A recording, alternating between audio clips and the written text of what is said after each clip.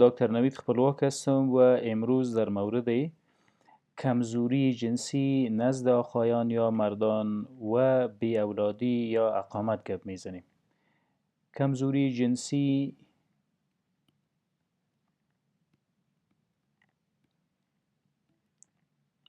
و بی اولادی دو موضوع خیلی متفاوت از هم دیگه است. فرقهای خیلی زیاد داره. کمزوری جنسی نزد آقایان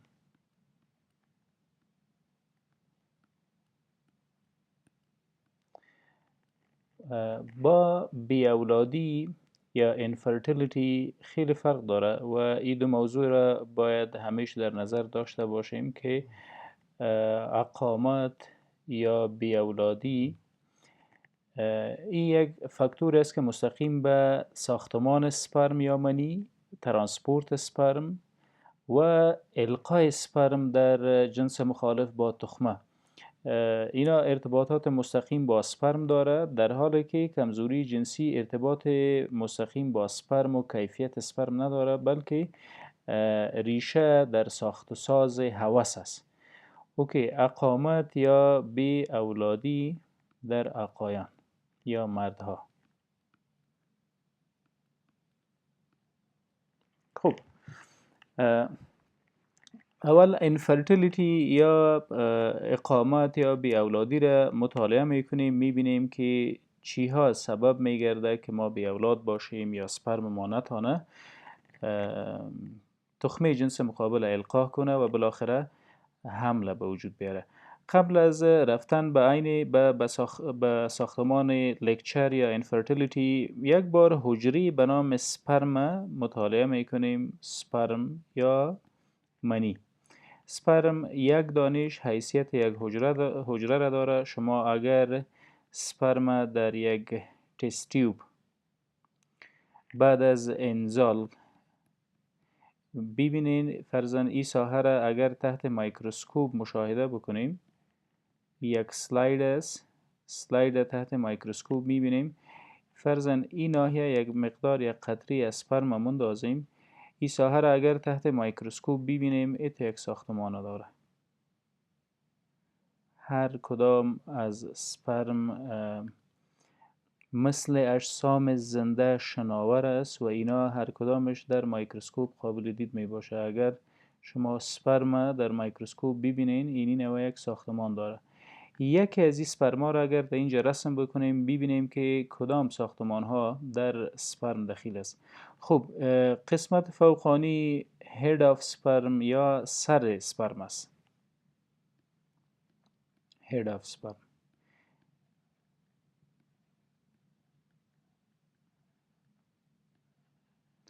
خب این شد قسمت خدامی یا سر سپرم. این ناحیه را به نام گردنی سپرم یا نک آف سپرم یاد میکنه. اینا اجزای اناتومیک سپرم است که به تحت عنوان مورفولوژی سپرم هم مطالعه میشه. این قسمت این پرده نازک به نام پلازما ممبرین یاد میکنه یا غشای حجروی سپرم. سپرم خودش یک حجره زنده است که توسط حرکات مارپیچ خود مثل ماهی شنا کرده و خود تا به تخمه میرسانه. پلازما ممبرین یا غشای حجروی سپرم. ساختمان داخل سپرم این ناحیه شامل میتوکندریاهای خیلی زیاد است. میتوکندریا یک ساختمان داخل حجروی است. وظیفه خیلی حیاتی در حجره داره. این ساخت و ساز انرژی در بدن توسط میتوکندریا صورت میگیره. میتوکندریا ها در هر حجره موجود است و وظیفه اساسی میتوکندریا هم ساخت و ساز انرژی است. انرژی را به شکل ATP و ADP و ADP می سازه. ادینوسین ترای فاسفید و ادینوسین دای فاسفید. چرا انرژی ضرورت است که توسط میتوکندریا در سپرم ساخته شود؟ چون سپرم شناور است، حرکت میکنه و به موتیلیتی یا حرکت خود به نیاز داره به انرژی. این ناحیه آخری سپرم به نام تیل آف سپرم یا دم اسپرم یاد میشه که وظیفه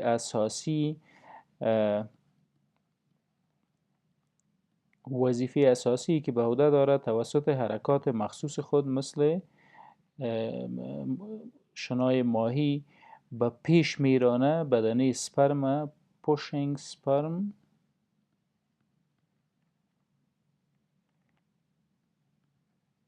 in female gender. بعد از اینکه سپرم بعد از اجاکولیشن یا انزال به جنس مقابل ترانسپورت میشه فیمیل جندر، این بدنه سپرم یا این قسمت سپرم که قسمت آخری یا third part یا end part of sperm است کمک میکنه که سپرم شنا کنه و حرکت کنه به طرف بالا. در ناحیه قدامی سپرم در این ناحیه ساختمان ظریف موجود است به نام اکروزوم. وظیفه اکروزوم چیست؟ زمانی که سپرم حرکت کنه با تخمه یک جا شود، فرضاً این تخمه است و این هم سپرم بعد از انزال آمد خود رسان به تخمه. قسمت اکروزوم سپرم اولین استراکچر سپرم است که با تخمه جنس مقابل تعامل و ارتباط برقرار میکنه و از این طریق آیسته آیسته پنتریشن یا به داخل تخمه سپرم میره که پروسه فرتیلایزیشن یا القا به درستی صورت بگیره. اوکی، ساختمان دومه که پایین تر از اکروزوم در سر یا هید اف سپرم موقعیت داره نیوکلس یا هسته سپرم است. قبلا گفتیم که سپرم یک حجره زنده است و هر حجره زنده هسته داره. در داخل هسته هم ساختمان کوچک دیگه موجود است به نام نیوکلولس یا هسته‌چه. نیوکلولس یا هسته‌چه.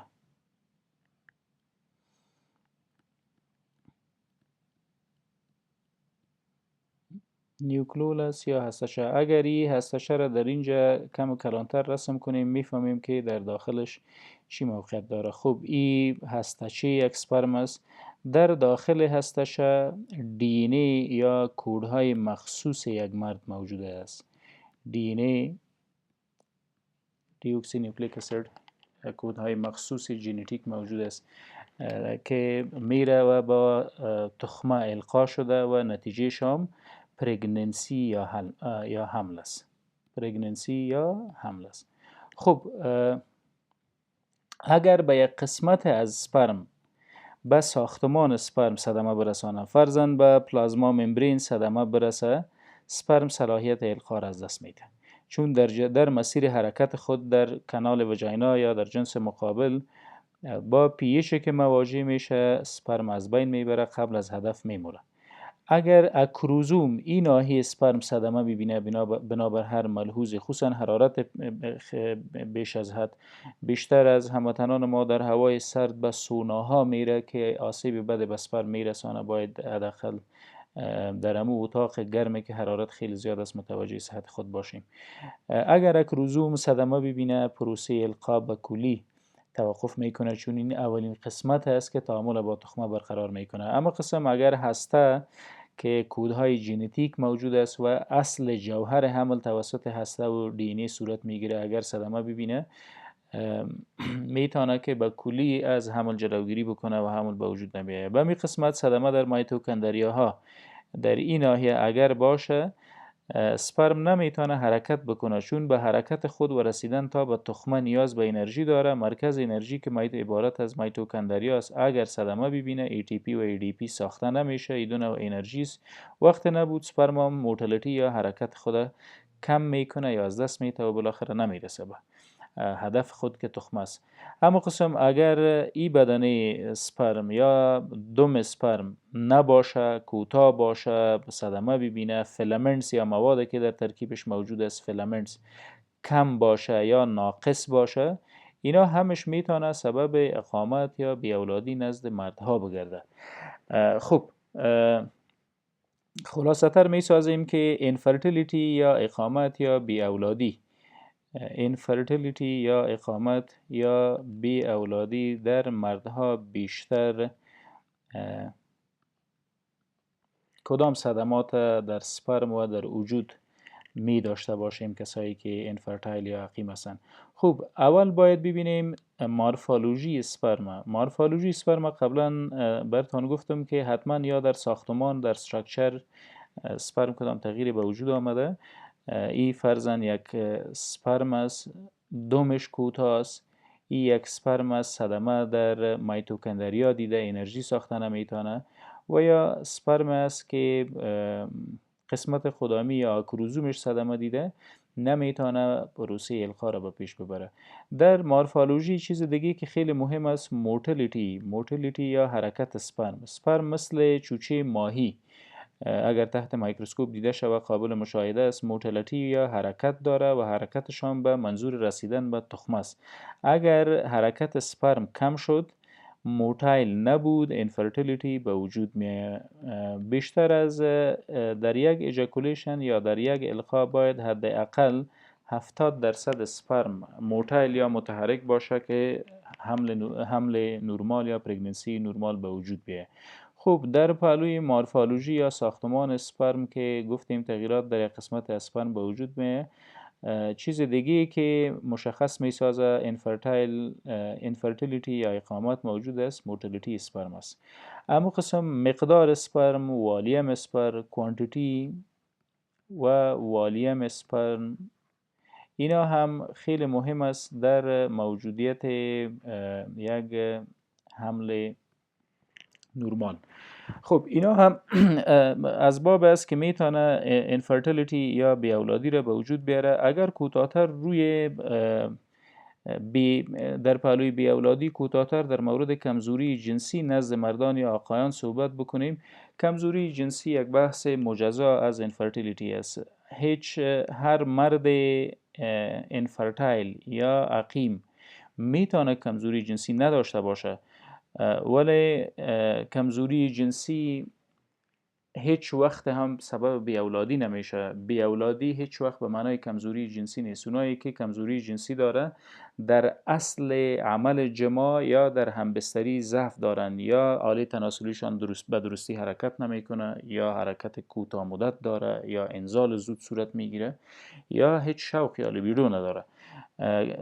سکشوال دیساردر یکیش ایدی یا ارکتایل دیسفانکشن است. در ارکتایل دیسفانکشن اصلا عملی نوز به درستی صورت نمیگیره. عملی نوز امو استاد شدن آله تناسلی است، یا برای مدت کوتاه استاد میشه، قبل از عمل، قبل از هدف تحرک یا شخ بودن از دست میته، و یا هم انزال خیلی زود دارن بعضی ها. پریمچور ایجاکولیشن بیشتر ربط داره به هوس نابالغی که توسط مغز ساخته شده. در پهلوی اینها در کمزوری جنسی چیزی که خیلی مهم است سیستمیک دیزیز. حتما در سیستم خود، در وجود خود، در سیستم های دیگه امراض داریم که اون نمگذاره پروسه یا عمل سکس به درستی انجام بگیره. مثلا دیابتیز، شکر، یکی از امراض مزمن سیستمیک از کمزوری جنسی را به وجود میاره. اما قسم فشار بلند HTN یا هایپرتنشن میتونه کمزوری جنسی را در آقایان به وجود بیاره. کاردیوواسکولار دیزیز، CVD یا امراض عروقی و قلبی یکی از شایع‌ترین علت بر دوام کمزوری جنسی نزد آقایان است. سایکیاتری یک چیزی که خیلی مهم در جامعه ما، سایکولوژیکال کازز، یعنی قهر، غصه، تشویش، اضطراب، انگزایتی، ترس و بیم اگر بر سالهای سال دوام داشته، سیستم عصبی را تحت فشار آورده یا محاصره کرده. سیستم عصبی هم در تقلص یا حرکت عضلات پینس یا عضله آلت تناسلی کمک درست نمیکنه، و یا هم انگیزه برای داشتن مقاربت جنسی هیچ تولید نمیشه توسط مغز، یا لیبیدو نمی باشه. هم از اینا ریشه در سایکولوژی یا در روح و روان ما داره. اما قسم امراض اندوکراین یا هارمونیک میتونه سبب کمزوری جنسی باشه. مثلا کمبود هورمون تستوسترون و نوع فعالشان دی هیدروکسی تستوسترون اگر در خون کم بود میتونه در دراز مدت سبب کمزوری جنسی بگردد. خب اگر دوباره بیایم و در اینجا ای قسمت از یورترا یا امو نلکه یا امو پایپ است که ادرار به طرف بیرون هدایت میده. ای هم گلنس پینس یا سر آلت تناسلی، گلنس پینس یا سر آلت تناسلی. در دو طرف آله تناسلی مردها ساختمان های ظریف موجود است به نام خوسیه یا بیضه. وظیفه اساسی بیضه ساخت و ساز سپرم یا منی است و این منی هم توسط پایپ های کوچک به نام واس دکتس انتقال میکنه به پروستات و از پروستات هم میره به محیط بیرونی. بالاتر از این ساحه مثانه موقعیت داره و در دو طرف پایپ ادرار و پایپ منی غده ناک مانند به نام پروستات موجود است. پروستات در مردها. این خوسیه یا تستیکل نام داره، رایت و لفت، چپ و راست. این ساختمان ما اپیدایدیمس نام داره، اپیدایدیمس. و این پایپی که منی را از خوسیه انتقال میده به نام واس دکتس یاد میشه. در بیاولادی هم از اینا دخیل است. اگر خوسیه التهاب داشت، انفکشن داشت، عفونت داشت، تومور یا سرطان های خبیث و سلیم داشت، نمیتونه سپرم تولید کنه، بالاخره سبب اینفرتیلیتی یا اقامت نزد مردها یا بیاولادی نزد مردها میگرده. در پهلوی از اینا میتونه عفونت در اپیدایدیمس باشه، سبب از این حالت بگرده. اگر بندش موجود باشه یا قسمت از پایپی که سپرم انتقال منی را انتقال میده بند است، بیشتر در امراض اناتومی که به نام وریکوسیل این حالت اتفاق میسته. در وریکوسیل رگهای خون این تو مثل یک ریسمان دور بر هم میچسبه، میپونده و دور میخوره، اجازه نمیده که سپرم به محیط بیرونی انتقال کنه یا داخل به اینجا بیه. در غده پروستات ما، این غده پروستات است. پروستات گلند در مردها پایین تر از مثانه موقعیت داره و بالاتر از او مثانه یا یورینری بلدر است. یورینری بلدر. در کمزوری جنسی ارگان‌های مجاور میتونه رول داشته باشه. اگر سیستایتس یا التهاب مثانه داشته باشیم، سیستایتس یا التهاب مثانه، این التهاب مثانه سبب درد در انزال میگرده و در دراز مدت یکی از کمزوری جنسی است که مریض میتونه داشته باشه. اما قسم بالاتر از او پایپ های است که یورتر یا پایپی که ادرار از گرده انتقال میده به طرف مثانه و از مثانه به محیط بیرونی. اگر در گرده تکلیف داشته باشیم، CKD یا مرض مزمن گرده، میتونه کمزوری جنسی و اقامت هر دو را به وجود بیاره. ساختمان پایین پینس یا آلت تناسلی مرد است. پینس از عضلات به نام بلب و کورنس و سپنج و کورنس ساخته شده. رگهای خون، بلد وسلز یا رگهای خونی که میایه و به پینس یا آلت تناسلی خون میاره، اگر بندش داشته باشه میتونه سبب ارکتایل دیسفانکشن یا کمزوری جنسی یا اختلال در نعوذ بگرده. یعنی خون کافی نمیایه، انرژی کافی هم تولید نمیشه و انرژی کافی که تولید نشد شخ شدن عضله هم به وجود نمیایه.